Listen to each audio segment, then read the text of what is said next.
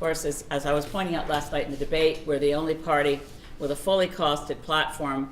The release of the platform was almost at the point of the writ drop.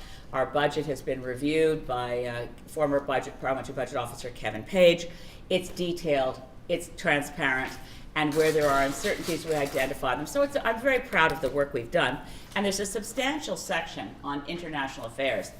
I did want to note that now that all the debates are over, and speaking of platforms, apparently Mr. Scheer has decided that it's okay for Canadians to see the Conservative platform after all the debates are over.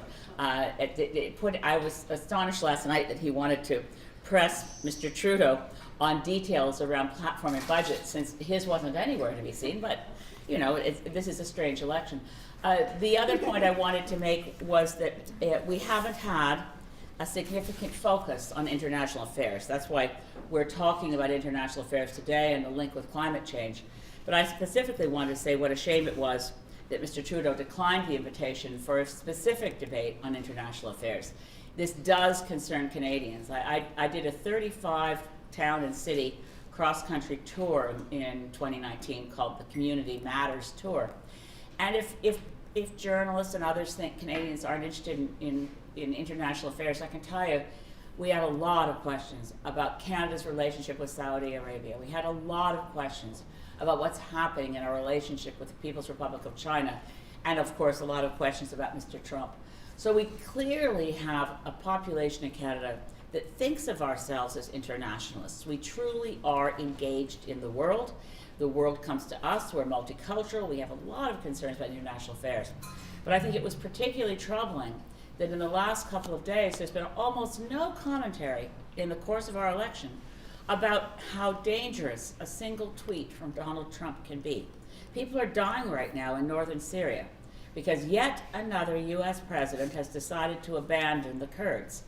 This is unbearable, really. We asked for the Kurds to step up. We asked for the Kurds, they were practically the only ally helping fight ISIS in the territory of Syria. And now they are abandoned to bombardment from the Turkish government into northern Syria. C'est maintenant un vrai désastre humanitaire parce que dans la Syrie, la République de la Turquie a fait maintenant les bombardements à cause de la décision de M. Trump, le président des États-Unis, de dire clairement qu'il n'a pas intérêt de protéger la population kurde. C'est affreux. So our focus today in the press release, as you can see, is on the many ways in which the climate crisis is a crisis in international affairs. It means, for instance, Arab Spring and the instability in the region was prompted by, according to many policy experts, a prolonged drought. In other words, a climate event creates geopolitical uncertainty and instability. We need to rethink our posture in the world, our military posture, our diplomatic posture, in the context of climate crisis. This is where Canadian leadership is needed more than ever. I also want to touch on one aspect of foreign affairs that has come up in the debates, and that's Mr. Scheer's horrific notion that we should cut overseas development assistance in Canada by a quarter. Just want to draw attention to, in our budget, and so this has been released for some time, we're making the commitment again, to the Pearson target, 0.7% of our GDP into overseas development assistance, so that we reach that target by 2030. So it's going to take some time. Now, to give everyone a sense of where we are, the 0.7% target was chosen once Lester B. Pearson was no longer our Prime Minister. He was doing a UN commission for what the right level of overseas development assistance was from the wealthier countries. And he picked 0.7%. Most of the donor countries in the world have already hit that target. Some have hit 1%. Canada's best ever attempt to hit 0.7 was in 1992 under Brian Mulroney, when it got up to 0.45. It's been a scandalous abdication of responsibility as a wealthy nation. Canadians think, which is how Mr. Scheer's getting away with this, by the way, Canadians think that we're generous internationally.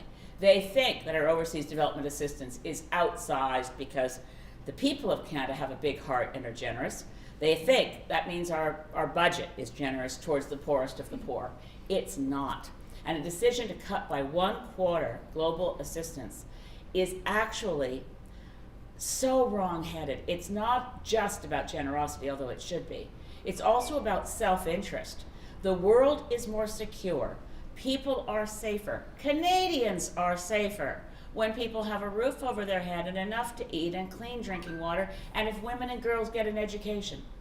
Those are critical goals for global stability. That's why the Green Party platform is based around, and I hope I can find the right page to say this, our entire platform is coded to the 17 Sustainable Development Goals, including making poverty history in Canada and internationally. A decision that it doesn't matter to cut overseas development assistance by 25% and not having a response from the other parties. Where are you, Mr. Trudeau, on 0.7% making poverty history? Where are you, Mr. Singh? We want to know that we have clear commitments. We know where Mr. Scheer is on almost every issue that I can see, moving rapidly in the wrong direction. So if you're interested in rapid movement and you don't care if it's forward or backward, then Scheer may be your guy. But we'd like to move forward, as you say, together. We have an expert with us in our number here, so I want to turn over the podium to our local candidate, Angela Keller-Herzog, who had 20 years experience working at the Canadian International Development Agency. Je veux dire un peu résumé en français. Je suis absolument étonnée par l'engagement de M. Scheer de couper notre aide vers les pays plus pauvres par 25%. C'est une idée affreuse et contre les intérêts du Canada parce que le pays demande le développement durable, l'élimination de la pauvreté. C'est dans l'intérêt du Canada parce que nous sommes un pays dans un monde et on doit mettre sur pied les systèmes pour l'élimination de la pauvreté, pour l'éducation des filles et des femmes. Et pour ça, je vais donner la parole à Angela Keller-Herzog, qui a une carrière de 20 ans avec notre agence de développement, maintenant annulée par M. Harper, mais dans notre plateforme, nous sommes engagés de mettre sur pied encore notre agence de développement international. And so I'll give it to Angela to take the podium for a minute, or two. Or 5? Good morning. Thank you, everyone, for coming to this press conference. As the climate pressures mount, it is absolutely, the writing is on the wall that there will be more poverty and more pressure to migrate. It is far more cost effective for us to give support to vulnerable populations in the face of sea level rise, pressures on subsistence agriculture, in very poor countries, just to give some examples. It's far more cost effective to give support in those countries rather than to wait for refugees and migration to overwhelm the borders of the industrialized countries. Therefore, it stands to reason that Canada should have an independent aid program where the development assistance is not subsumed by objectives of commerce or military objectives for that matter. One of the legacies of the Harper government that we're still living with is that the Canadian International Development Assistance Program is subsumed under the global affairs. We believe that a separate ministry should be responsible for an independent, results-oriented Canadian Development Assistance Program. Thank you. Thank you, Angela. The irony here is thick. First, Mr. Harper eliminates CETA, and we end up having the #1 donor country be Afghanistan, aligned with our military and strategic objectives. And then along comes Mr. Scheer and says, well, you're not helping the poorest of the poor, so we can cut 1/4 of your aid. As exactly as Angela Keller-Herzog just said, the misdirection, if there is any, within our overseas development agency is because we lost the coherence, the policy alignment that said let's identify the poorest of the poor and help them. So our press release today also speaks to the need to look at our defense posture. We definitely need more support for our diplomacy. Under Stephen Harper, our diplomatic muscle was set to the side to be a diplomatic noodle. And we see what happens with that, right? We see that as a stand closer. We're all so close to each other. We are one big candidate here. So what we want to make clear to Canadians is that we can be the country you think we are. I bet if you ask Canadians what makes you proud about our traditions, peacekeeping is a proud tradition, but we're not living up to it. Assistance around the world. We know the stories that kids who are from the United States used to sew a Canadian flag to their backpack to get a better reception around the world. Why? Because the local school, the local well were built by CETA. The bags of food they received had a Canadian flag on the bag. This is something that makes us proud, but it's no longer the case. Now Canadian kids might sew another flag on their backpack because of the violation of human rights by Canadian mining companies. So we want to be the country that Canadians think we are already. The country that works to keep peace on the ground, the country that invests in children around the world so that they have healthy food, that they have a good education, that their countries are lifted up and that they can stay in their country making it a better place. And as Angela said, the climate crisis contributes to global instability. So that's another platform item I just wanted to underline. Our budget calls for an increase of $1 billion a year. Now that's important. It's not coming from the Overseas Development Assistance budget for poverty. It's directed money for Canada to pay and play our fair share in the fight against climate change in the developing world. C'est une autre chose dans notre budget, c'est d'avoir un additionnel 1 milliard par année pour Canada aider les pays en développement avec les défis de changement climatique, pour les adaptations, pour le changement vers l'énergie renouvelable, toutes les choses qu'on doit faire à cause de l'urgence climatique. Thank you for your patience. We're open for any questions you might have. When Justin Trudeau was re-elected in 2015, he said that Canada is back. He said that to the international community. Are we back, Ms. Mayor? No, we're not. I was in the room when he said that. It was the Paris negotiations. God forgive me how trusting I am. I actually cried. Delegates from around the world were coming up to me after Trudeau's speech, running up to me because we've known each other for a long time. Yeah, I've been going to climate negotiations for far too long. While things don't, the needle doesn't budge, but we try really hard. We try to get better text, etc. So I had delegates from around the world running up to me and saying, we're so happy, because during the time that Harper was Prime Minister, right, you kind of felt like a pariah. I thought Canada would be back. I thought we would be contributing our fair share to overseas development assistance. I thought we would pull the Harper target. I thought Trudeau would do it in Paris. I honestly thought he would say this 30% target that the Liberals decried when it was brought out by then Environment Minister Leona Aglukkaq, and Catherine McKenna, the current MP here, you might know that. Catherine McKenna actually said in Paris, the 30% target is weak. It's the floor. We'll do better. Well, it suddenly became the ceiling and they can't reach it. So no, Canada is not yet back. Canada still plays, I would say, I'll give credit, because I think the image that Justin Trudeau portrays in the world of a champion for neoliberalism, he wants to be seen as a champion for liberalism, for trade, for a society that does do peacekeeping, all those things he projects as image. But we still don't have the muscle. We've got to invest in diplomacy, we've got to rethink what our military does, we've got to put it all through the lens of climate change, which means you can't pretend that you can build a pipeline over here and fight climate change over here and have that make any sense. Whenever Catherine McKenna says in the House of Commons, the environment and the economy go hand in hand, the image that comes to mind is Thelma and Louise at the cliff, because that's the way Trudeau and McKenna deliver the environment and the economy going hand in hand. Pedal to the metal off the edge of the cliff.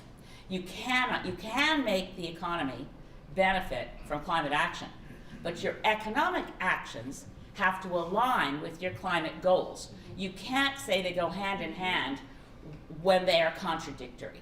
And so that's, je veux le moment, j'ai hâte le moment quand il était vrai, il sera vrai que le Canada est maintenant dans le monde, fait notre rôle historique, comme dans l'époque de Lester B. Pearson, comme dans l'époque de Paul Martin.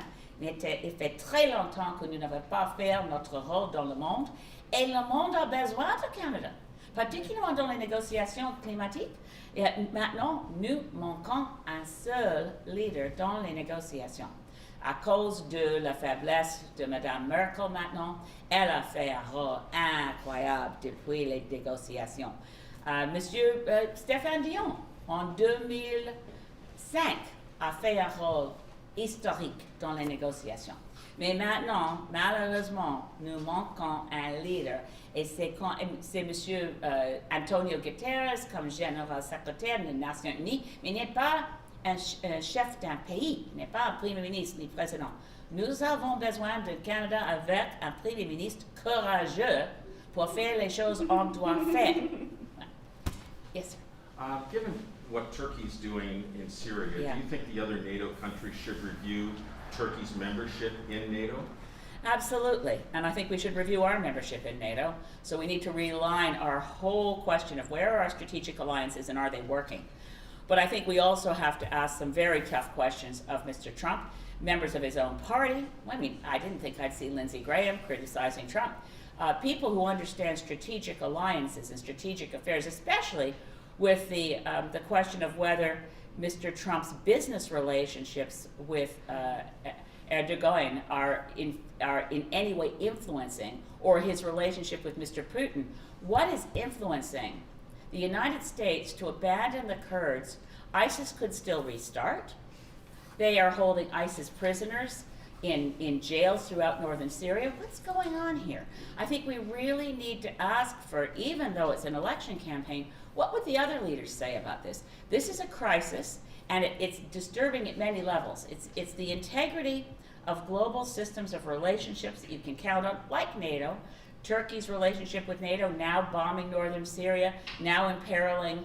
It's hard to even call it a fragile peace. We still have the butcher Bashar al-Assad in charge in Syria. We abandoned the people of Syria. Why? Because, roll it back, the doctrine of responsibility to protect was substantially contaminated when Canada, with the US and other allies, decided it was more important to murder Muammar Gaddafi in the street than to pursue peace in Libya. So all the armaments in Gaddafi's warehouses ended up flowing to groups that didn't yet exist. And I mean, just to go back, just to reaffirm where a Green Party will always stand on international affairs, there's a reason that I was the only member of Parliament to vote against bombing Libya, the only one. Ms. May, sorry, go ahead. No, I was just going to follow up by asking, if you become Prime Minister, Yes. or indeed hold the balance of power, what would you, how would you change Canada's position about NATO, and what would you urge Canada to do with regards to the bombing of the Kurds? Yeah. There's a couple of steps in the answer to that. One is that we really have diminished the capacity of what we now call Global Affairs Canada to exercise effective diplomacy. A lot of this goes back to things that were done in the Harper administration, the idea that any civil servant anywhere across the Canadian government could fill a post internationally as if it was sort of a treat, like a Club Med experience. Our diplomats need to be trained in the languages of the countries in which they serve. They need to have deep historical understanding, particularly when you're dealing with Shiite and Sunni tensions and ancient conflicts. It's a complicated area. You don't send amateurs into a complicated area. Selling off our residences as though those didn't matter. Those are the places where diplomacy got done. So we're going to have to reinvest substantially in our diplomatic service. Our military alliances, we have to look at them and say, what's the next biggest threat to climate change? Well, what's the biggest security threat right now? Climate crisis. What's the second biggest security threat? Unraveling the efforts for nuclear disarmament. Canada needs to step up and sign the treaty to abolish nuclear weapons, and I think the most effective role for us within NATO is to get our NATO allies to agree, and this is a tall order, that it's long since time to abolish nuclear weapons because it's a threat we don't need. So that means talking to NATO allies and saying, well, if we're going to be in an alliance, what's our strategic advantage? Well, it's protection from invading armies. Okay, here's a question. Do we really think we're going to face invading armies? Or do we think we're going to face a cybersecurity threat where suddenly a foreign power turns off all the trains and the sewage systems? So we're in a different world. An invading army is not necessarily, I mean, I'm prepared to be educated by generals, but invading armies for Canada, for which we need NATO protection because we have a common defense shield, is that what we really think our threat is in the 21st century? Because I don't. So we need to actually review where are our security threats. Is our response and where we're putting our money responsive to where we see current security threats? I think we have much more need to protect with search and rescue and also with monitoring what's happening on our Arctic coastline.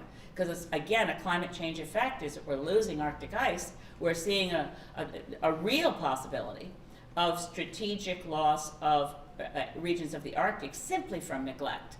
And the Inuit peoples have established our best claim for sovereignty, but we haven't supported the Inuit in their efforts to make sure it's really clear that this is Canadian territory and we need to have the infrastructure along our northern coastline.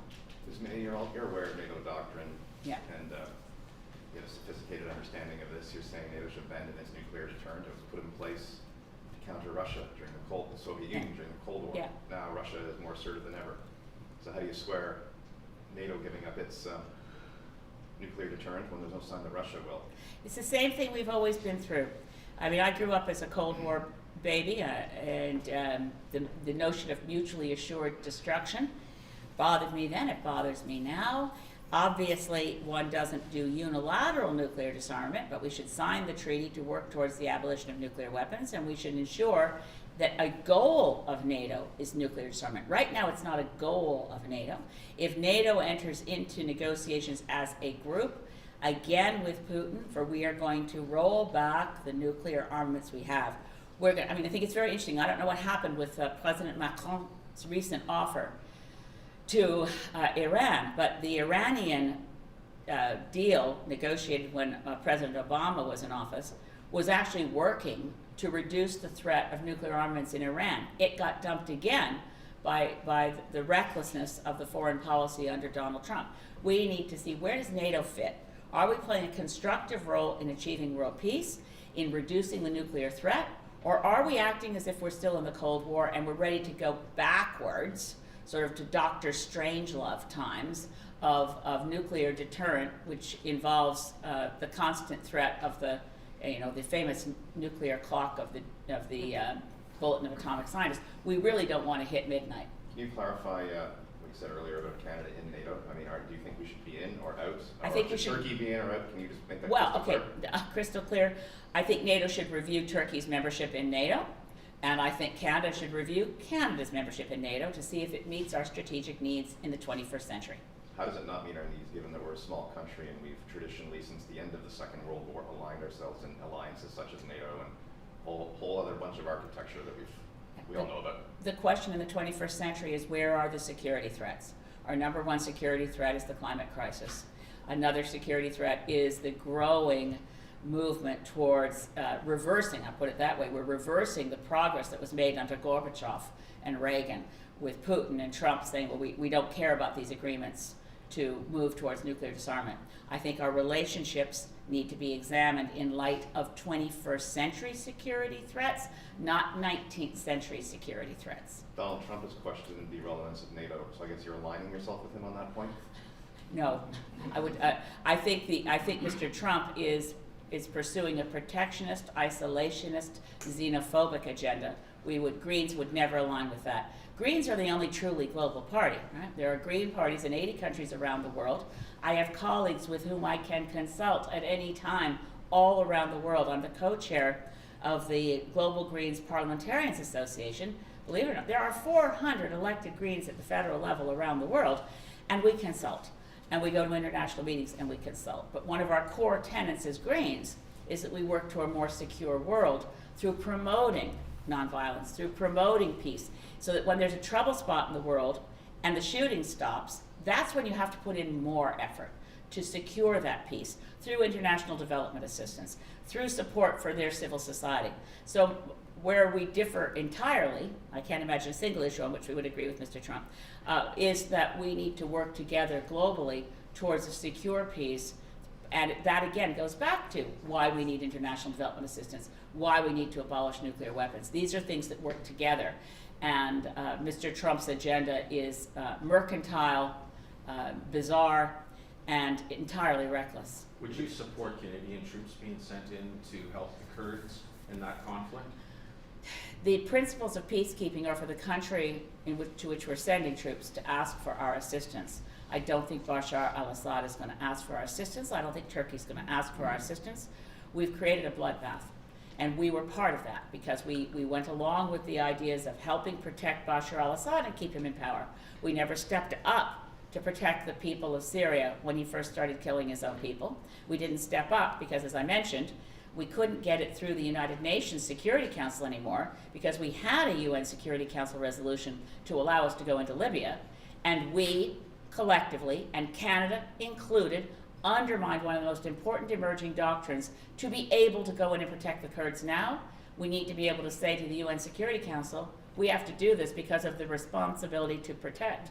That doctrine, because of our betrayal, we said globally, we're going into Libya to protect the people of Libya and secure them against Gaddafi, right?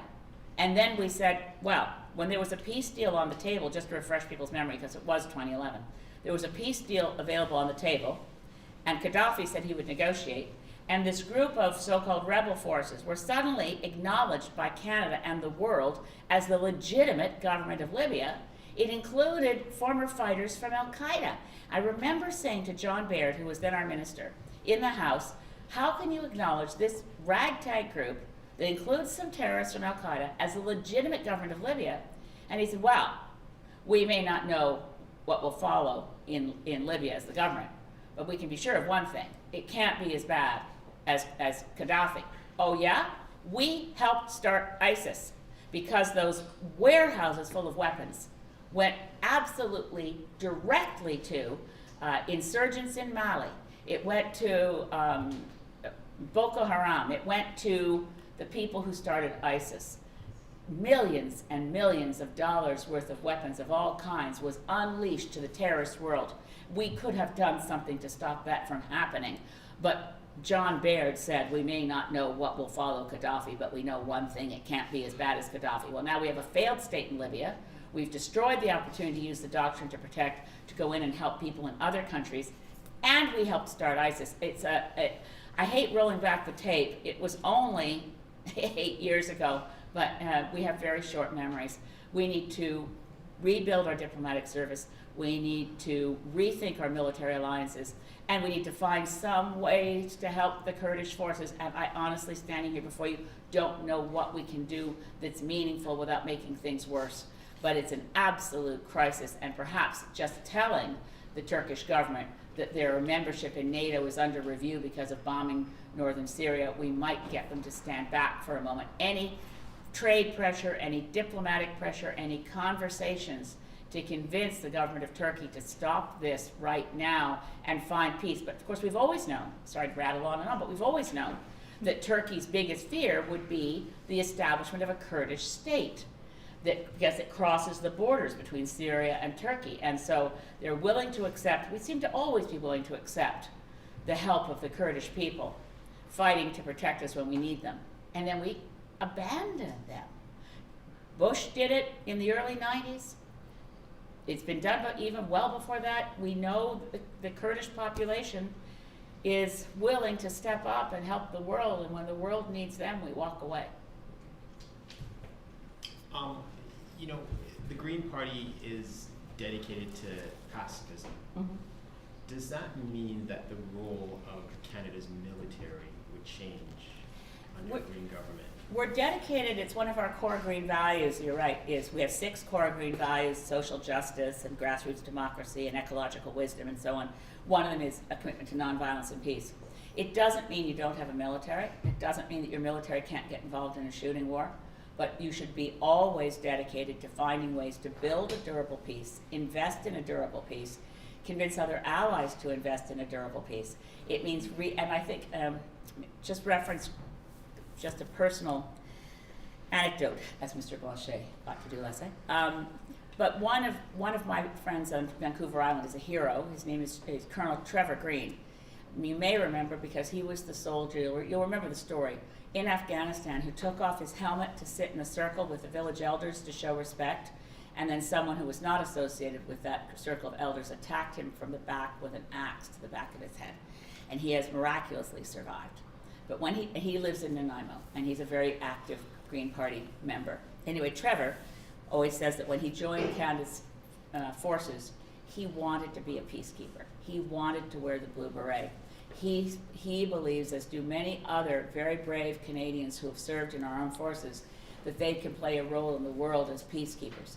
That became unpopular during the Harper years, but Trevor always says that investing in peace doesn't mean that you never get engaged in a war, but your engagement is towards peacekeeping, and that it's a very robust, it isn't somehow a weakling activity. Peace operations are tough work, and they take long-term investment and long-term commitment and building relationships, just the way Trevor did when he took off his helmet. And quickly, is there a target for the number of peacekeepers that you would commit Canada to? Well, right now we rank 59th in the world. So let's just do closer to where our allies are. Right now, 59th in the world isn't good enough. Peacekeeping operations typically need, from Canada, some generals, some people who know how to organize, because the fighting forces sign up, as many will know, because they're paid a certain amount of a certain number of dollars a day. Well, what's the number? I'd like to think of it in terms of ranking and operability. I think it's certainly, we don't want to rank 59th in the world. Let's shoot for 10th. How would that be? Thank you very much for everybody's attention. Merci tout le monde aujourd'hui. Et nous restons ici disponibles tous les candidates. We're all available if you want to ask any questions. Vote green. Thanks. Alex, joined by Sir Wilfrid Laurier. We have a very famous Liberal with us today. I just want to make sure. Well, he's now a Green. Well, I know, but Sir Wilfrid Laurier. Oh, Ladies and gentlemen. Our former Prime Minister. It's amazing how well you look, sir. I've been dead so very long. Well, these things happen. I just have one thing to say. I was a member of the House Can you for go to the mic? Oh yeah. I was a member of the House for 45 years as a Liberal. I was the Prime Minister of this great country, Canada, for 16 years. And I was a Liberal for 152 years. But I've just become so disappointed in my own party. They seem to now be run by political elites, corporate elites, and lobbyists seem to define policy, especially around climate, building pipelines, buying pipelines, LNG, the critical issues of our time. So I'm going green.